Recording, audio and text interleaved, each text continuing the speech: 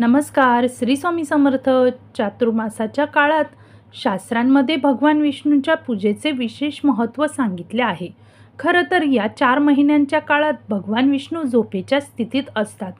या 4 महिन्यात भगवान विष्णूंची पूजा केल्याने तुम्हाला त्यांच्या कृपेचे विशेष लाभ मिळतात. तुळशीला विष्णुप्रिया मानले जाते. चातुर्मासात तुळशीची पूजा करणे हे भगवान विष्णूंना प्रसन्न करण्याचे एक प्रभावी माध्यम मानले जाते. देवशयनी एकादशीपासून चातुर्मास सुरू झाला आहे आणि हा काळ कार्तिकपर्यंत चालू राहतो आणि कार्तिक महिन्यातील देव उठणी एकादशीला हा काळ संपेल. 4 महिन्यांच्या या काळात तुळशीची सेवा केल्याने भगवान विष्णू देखील प्रसन्न होतात. तर चला चातुर्मासात दररोज तुळशीवर दिवा लावण्याचे 5 फायदे जाणून घ्या. भगवान विष्णू आणि देवी लक्ष्मीचा आशीर्वाद मिळतो. तुळशी माता ही भगवान विष्णूंची प्रिय आहे.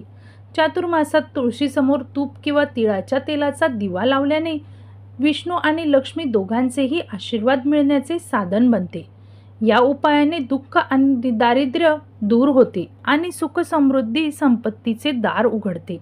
घरात सकारात्मक ऊर्जा आणि शांती पसरते. तुळशी हे स्वतःच एक ऊर्जावान वायुवृक्ष आहे आणि जेव्हा त्याच्याजवळ दिवा लावला जातो तेव्हा ते घरातील नकारात्मकता, दुःख आणि मानसिक अशांतता दूर करते. ते वातावरण सात्विक आणि देवाच्या उपासनेसाठी अनुकूल बनवते, ज्यामुळे घरात शांती, गोडवा, कौटुंबिक सुसंवाद राहतो. धन, नशीब आणि आरोग्य सुधारते. तुळशीवर लावलेला दिवा ग्रहांच्या अशुभ प्रभावांना शांत करतो. विशेषतः जर हा दिवा गाईच्या तुपाने लावला तर यामुळे गुरु आणि शुक्र ग्रह मजबूत होतात, ज्यामुळे धन, विवाह, मुले आणि शिक्षणासाठी अनुकूल परिणाम मिळतात. नियमित दीपदान केल्याने आर्थिक स्थिरता आणि आरोग्य लाभ होतो, दोन्ही मिळतात. आत्मशुद्धीकरण आणि आध्यात्मिक जागृती होते. चातुर्मास हा आध्यात्मिक साधनाचा काळ आहे. तुळशीवर दिवा लावल्याने व्यक्तीचे मन भक्ती आणि ध्यानात रमते, त्यामुळे चिंतन आणि आत्मशुद्धी होण्यास मदत होते.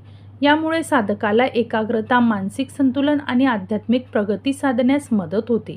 पितृदोष, गुरुदोष आणि रोगदोष कमी होतात.